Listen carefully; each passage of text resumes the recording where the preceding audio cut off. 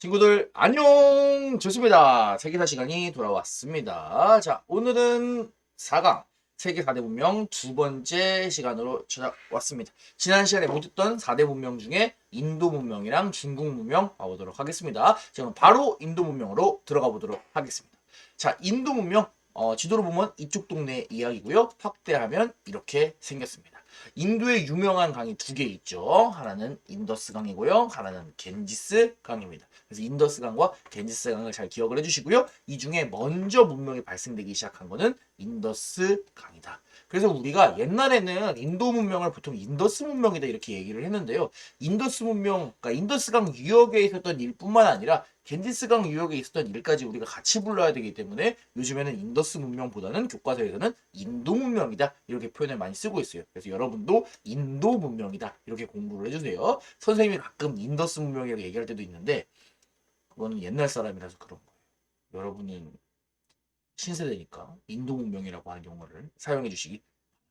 자, 아무튼 인도 문명, 인더스강 유역에서 어떤 일이 있었는지 한번 살펴보도록 하겠습니다. 지금으로부터 뭐 약 4천년 정도 전에 인도에서 이제 인더스강 유역에 도시들이 발달을 하기 시작했습니다. 그래서 뭐 하라파나 뭐 모헨조다로 뭐 이런 도시들이 있었다고 하는데 이름 그냥 들어만 보시면 좋을 것 같아요. 굉장히 정교한 도시 계획을 해서 바둑판 같은 도로를 만들어서 도시가 꽤나 발전을 했다. 이거 보면은 알 수 있잖아요. 그죠? 굉장히 도시가 나름 발전했다는 거 우리가 알아볼 수 있죠. 뭐 움집 이런 거 만들던 시절이랑은 뭐 비교도 안 되는 것 같아요. 보니까 뭐 담벼락도 있고 길이 잘 나 있는데 보니까 하수구 같이 배수가 잘 되게 길이 파져 있어요. 그러니까 그런 것들도 다 설계를 해서 만들었다는 거예요. 자, 위에서 찍어 보니까 도시가 있는데 도시 한가운데 거대한 뭔가 뻑큐 모양 이런 게 있어요. 이거 뭘까요?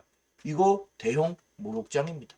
그러니까 이런 대형 목욕장을 만들 정도로 도시의 규모가 괜찮고 도시 자체가 계획적으로 사람들을 위해서 만들어졌다. 뭐 이렇게 우리가 체크를 할 수 있겠네요. 그래서 인도 문명이 인더스강 유역에서 시작되었다. 이렇게 생각을 해주면 좋을 것 같아요. 자, 인더스강 유역에서 발달됐던 인도 문명은 상당한 거리가 있음에도 불구하고 옆 동네인 메소포타미아 지역이랑 교류를 많이 했다고 합니다. 길이상으로 한 2,000km 넘게 떨어져 있는데도 많이 교역을 했대요. 어떻게 그 교역했는지를 알 수 있나요? 왜냐면은 메소포타미아 지역의 물건들이 인더스강 유역에서 발전되기도 하고요. 그 다음에 인더스강 유역에서 인도 사람들이 사용했던 문자가 이쪽 동네에서 발견이 되기도 했습니다. 자, 인더스 문명에서 사용하던 문자는 우리가 그림 문자다 이렇게 얘기를 할 수 있겠습니다. 왜 그림 문자예요? 그림같이 생겼기 때문에 그림 문자죠. 자, 우리가 세계 4대 문명이라 그래서 이집트 문명, 메소포타미아 문명, 인도 문명, 중국 문명 이렇게 할 건데 이 4대 문명의 글자들 중에 유일하게 해독이 안 된 글자가 바로 이 그림 문자입니다.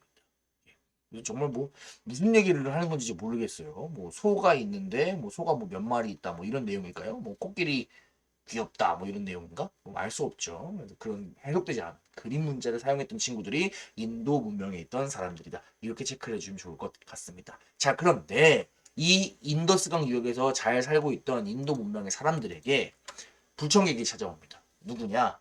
중앙아시아 지역에서부터 어떤 사람들이 내려오는데 우리는 이 사람들을 뭐라고 부를 거냐? 아리아인이라고 부를 겁니다. 아리아인이라고 하는 사람들이 인도에 내려와요. 자, 이 사람들은 인더스강을 지나가지고 겐지스강 유역까지 진출을 하고 이 지역에 자리를 잡습니다. 지금으로부터 약 1000년 전이에요. 자, 이 아리아인들은 근데 특징이 뭐야? 이 지역에 자리 잡을 때쯤에는 철제 무기나 철제 농기구를 이미 사용하기 시작을 했어요. 그러니까 청동기를 바탕으로 했던 인더스강 유형의 인도 문명보다도 오리지널 인도 문명보다 약간 더 발전된 친구였다. 이렇게 생각을 해주면 좋겠습니다. 자, 그래서 이 아리아인들이 자리 잡은 겐지스강을 한번 보도록 할게요. 인도에서 굉장히 유명한 강이죠. 자, 그래서 이렇게 생겼어요. 여러분들 어디서 한번 본 적 있을지 모르겠는데 멋있죠. 선생님도 언젠가 한번 겐지스강에 한번 여행을 가보고 싶은데 아직은 못 가봤습니다. 자, 겐지스강이 이렇게 생겼고요. 나중에 우리가 인도할 때 좀 더 자세히 배우겠지만 인도 사람들은 겐지스강을 신성시합니다. 그래서 겐지스강에서 이렇게 즐겨서 목욕 같은 것들을 하는 모습 볼 수 있죠. 이 사람들은 홀딱 벗었네요. 이 사람은 아예 아무것도 안 입고 있는 빤스 입은 거죠. 예, 무튼 여하간 여기서 목욕을 하고 있고 뭐 이런 것들 우리가 재밌게 찾아볼 수 있네요. 또 요새 여행 유튜버들이나 아니면 TV 여행 프로그램에서 또 겐지스강 많이 가잖아요. 유명한 사람들이죠. 뭐 여행 유튜버 빠니보틀, 그 다음에 다른 여행 유튜버도 겐지스강에 사람 바글바글한 거 봐요. 한밤중에 바글바글하죠. 그 다음에 또 텔레비에서는 방송 중에 또 기안84 아저씨가 이번에 이 겐지스강 물을 마시면서 또 이제 상을 받았던 그런 케이스도 우리가 확인을 할 수 있죠. 무튼 하여간 겐지스강 굉장히 인도에서 유명하다. 그런데 이 겐지스강이 진출한 것이 중앙아시아에서 넘어왔던 아리아인이다. 우리가 이 정도로 체크를 해주면 좋을 것 같습니다. 자, 이 이사 온 아리아인들은 원래 그 동네에 살고 있던 주민인 원주민들을 지배하기 위해서 독특한 신분제도를 하나 만듭니다. 우리는 그 신분제도, 이렇게 생긴 거, 그 신분제도를 뭐라고 부르냐? 어디였어? 그것을 뭐라고 하느냐? 바로 카스트 제도다. 이렇게 부릅니다. 이 신분 제도의 이름이 카스트 제도예요.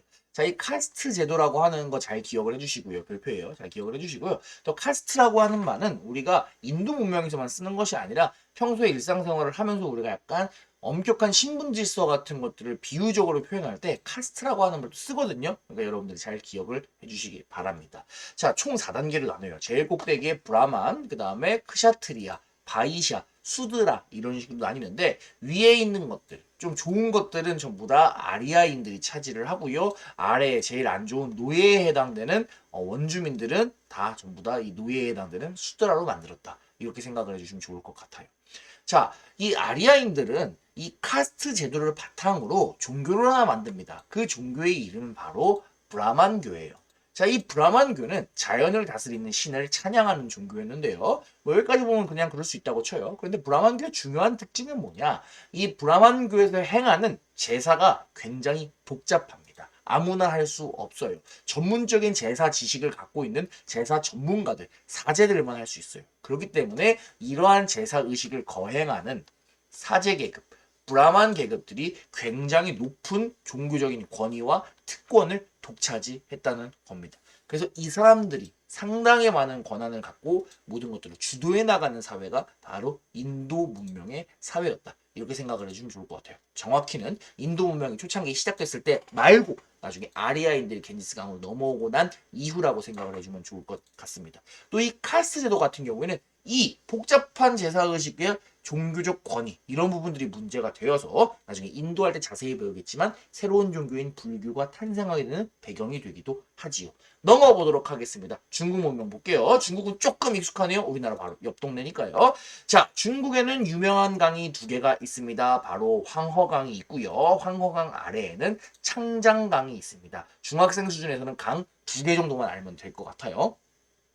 자, 창장강이라고 썼는데 창장강 말고 다른 이름으로 양쯔강이라고 하는 이름도 있어요.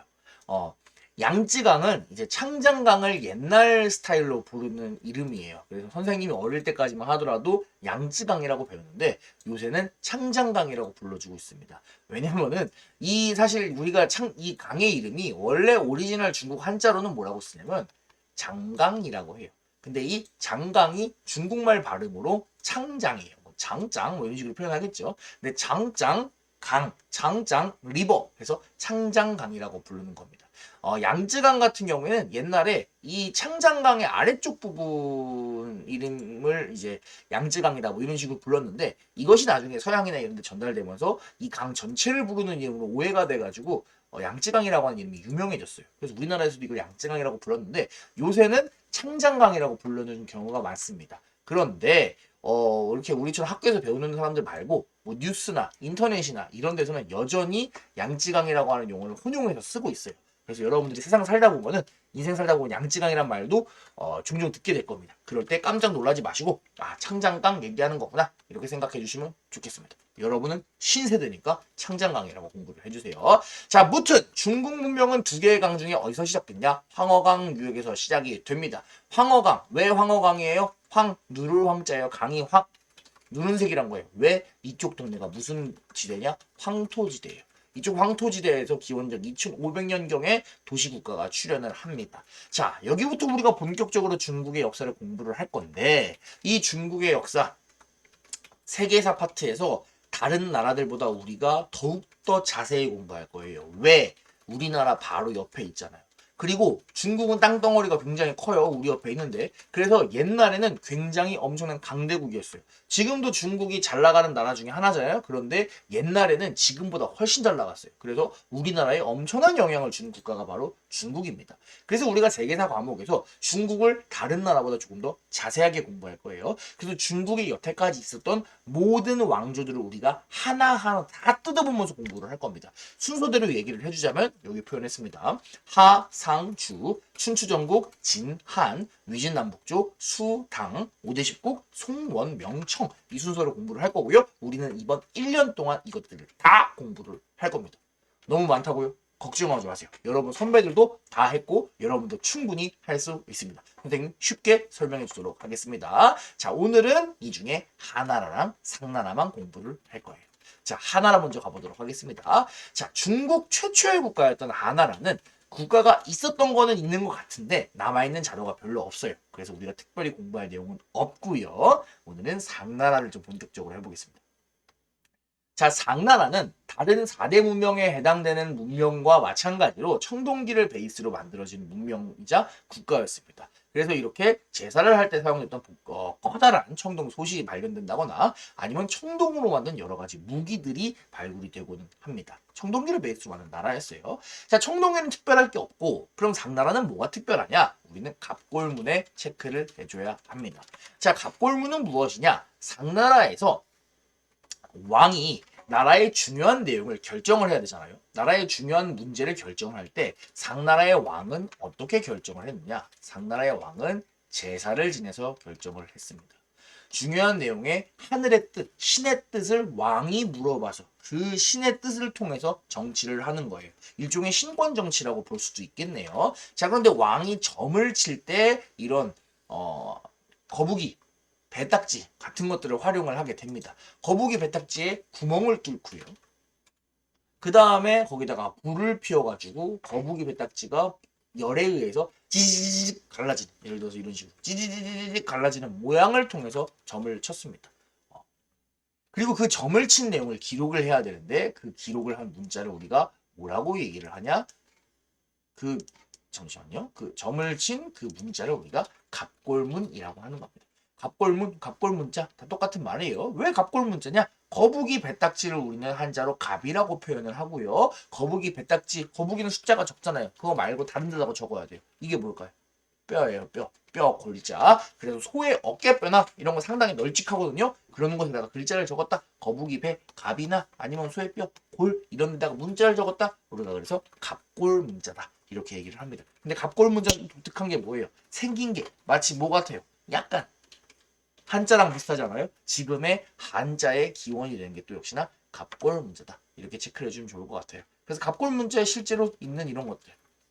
최근 우리가 알고 있는 한자랑 모양이 상당히 비슷하다. 한자의 기원이 되었다. 이렇게 여러분들이 체크를 해주시면 좋을 것 같습니다. 왕이 직접 제사를 지내서 신의 의중을 물어보고 정치를 하는 것이기 때문에 뭐 신권 정치 이런 내용들도 여러분들이 같이 기억을 해주면 더욱 좋겠네요. 좋습니다. 오늘 배운 내용 정리하도록 하겠습니다. 오늘은 마무리로 인도와 중국 문명을 공부를 했어요. 인도 문명은 어디서 시작되었다? 인더스강 유역에서 시작을 되었습니다. 하지만 인도 문명이 좀 더 복잡하게 발전을 하는 것은 아리아인들이 이동을 해와서 겐지스강 유역에 자리를 잡으면서 붙어있습니다. 자, 이 사람 철기를 사용을 하면서 기존에 있던 원주민들을 지배합니다. 원주민들이 지배하기 위해 만들었던 독특한 신분 제도가 카스트 제도였고요. 이 카스트 제도를 바탕으로 만들었던 종교가 브라만교였습니다. 브라만교의 중요한 특징은 뭐다? 브라만들이 모든 제사 의식을 독점했다. 높은 종교적 권위를 갖고 있었다. 엄격한 신분 질서가 있었다. 이런 것들 체크해 줄 수 있을 것 같고요.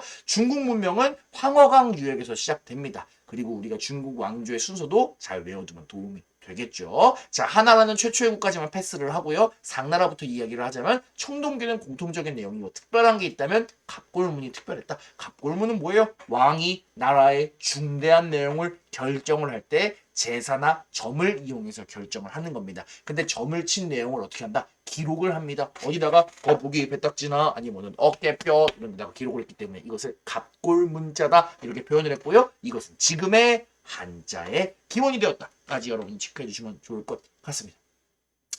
다음 시간에는 또 더욱 재밌는 내용으로 찾아오도록 하겠습니다. 오늘 정말 수고가 많았어요, 친구들. 그럼 안녕.